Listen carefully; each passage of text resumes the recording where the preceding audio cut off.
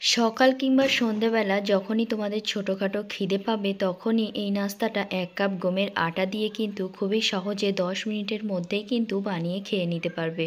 খুবই হেলদি একটা নাস্তা, এর জন্য কিন্তু বাইরে থেকে কোনো কিছুই আনার প্রয়োজন নেই। চাইলে এই টিফিনটা বানিয়ে বাচ্চাদের টিফিনেও দিয়ে দিতে পারো।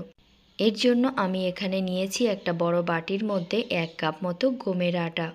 এর ভিতরে স্বাদ মতো নুন দিয়ে অল্প অল্প করে ঠান্ডা পানি দিয়ে একটা লিকুইড বানিয়ে নেব। এই ব্যাটারটা কিন্তু একদম পানির মতো পাতলা হবে না, আবার অনেকটা ঘনও রাখা চলবে না, ঠিক মিডিয়াম ব্যাটার বানিয়ে নিতে হবে। আর পানিটা দেওয়ার সময় খেয়াল রাখতে হবে যেন এর ভিতরে একদম লাম্পস না পড়ে, ব্যাটারটা যেন একদম স্মুথ হয়।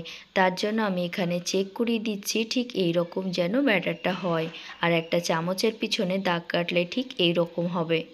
তো এটা আমি এখন সাইডে রেখে দিচ্ছি, চাইলে এটা কিন্তু ময়দা দিয়েও বানিয়ে নিতে পারো।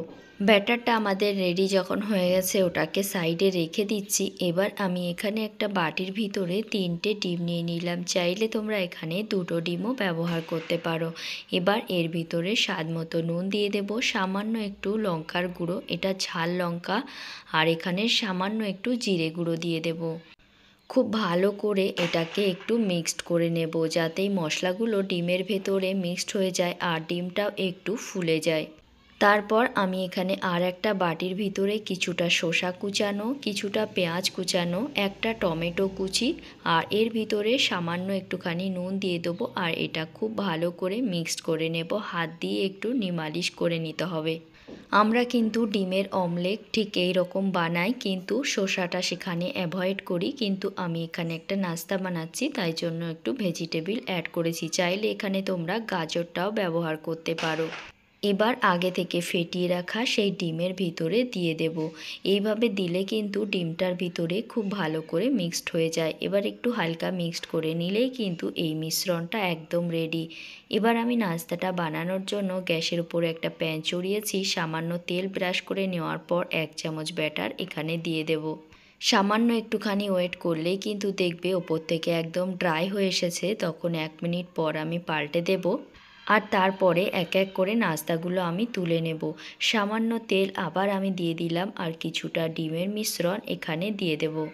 ডিমটা তোমরা তোমাদের পছন্দ মতো এখানে দিতে পারো, অসুবিধা নেই। তো আমি একটু ফেলিয়ে দেব। প্রথমে যে রুটিটা বানিয়েছিলাম সেই রুটির সাইজেই বানিয়ে নেব। তারপর রুটিটা এরকম এর উপরে দিয়ে চুপকে এবার এর উপরে সামান্য একটুখানি প্রেস করে দেব, তাহলে এর সঙ্গে কিন্তু একদম সেট হয়ে যাবে। এবার উল্টিয়ে পাল্টিয়ে নিলেই কিন্তু নাস্তাটা আমাদের রেডি।